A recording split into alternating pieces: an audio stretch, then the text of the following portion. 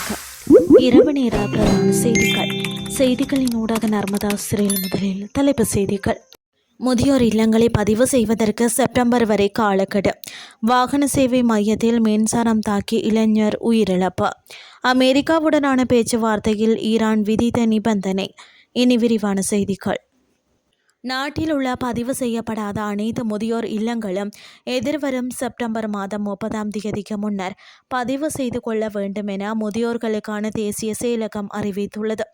இது குறித்து முதியோருக்கான தேசிய செயலகத்தின் பணிப்பாளர் கே சதுர மிகுதும் தெரிவிக்கையில், பதிவு செய்யப்படாத முதியோர் இல்லங்கள் குறித்த தகவல்களை சேகரிப்பதற்காக தற்போது நாடளாவிய ரீதியில் விசேட கணக்கெடுப்பு ஒன்று முன்னெடுக்கப்பட்டு வருவதாக குறிப்பிட்டுள்ளார்.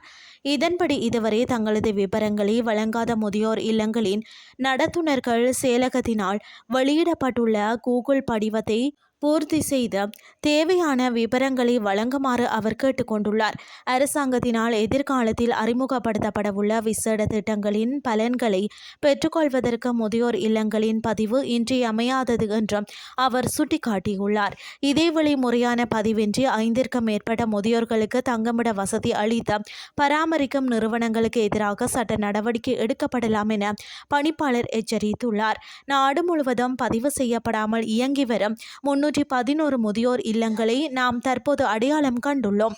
அவை அனைத்தும் செப்டம்பர் 30 முன்னர் தங்களது பதிவுகளை நிறைவு செய்ய வேண்டும் எனவும், தவறும் பட்சத்தில் சட்ட நடவடிக்கை எடுக்கப்படும் எனவும் தனித்தனியாக அறிவித்தல்கள் அனுப்பப்பட்டுள்ளன என்றும் அவர் மேலும் தெரிவித்துள்ளார்.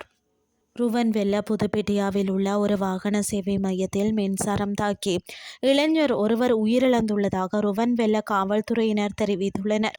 உயிரிழந்தவர் அங்கு பணிபுரிந்த கயன் உதயங்கா என்ற 18 வயது இளைஞர் ஆவார். முதற்கட்ட விசாரணையில் அந்த இளைஞர் ஒரு முச்சக்கர வண்டியை கழுவி சுத்தம் செய்து கொண்டிருந்த போது தண்ணீரில் மின்சாரம் கசிந்ததால் மின்சாரம் தாக்கியது தெரிய வந்துள்ளது. விபத்துக்கு பிறகு அந்த இளைஞர் கரவனெல்ல மருத்துவமனைக்கு கொண்டு செல்லப்பட்டார். ஆனால் மருத்துவமனையில் அனுமதிக்கப்பட்ட போதே அவர் இறந்துவிட்டதாக அங்குள்ள மருத்துவர்கள் தெரிவித்தனர்.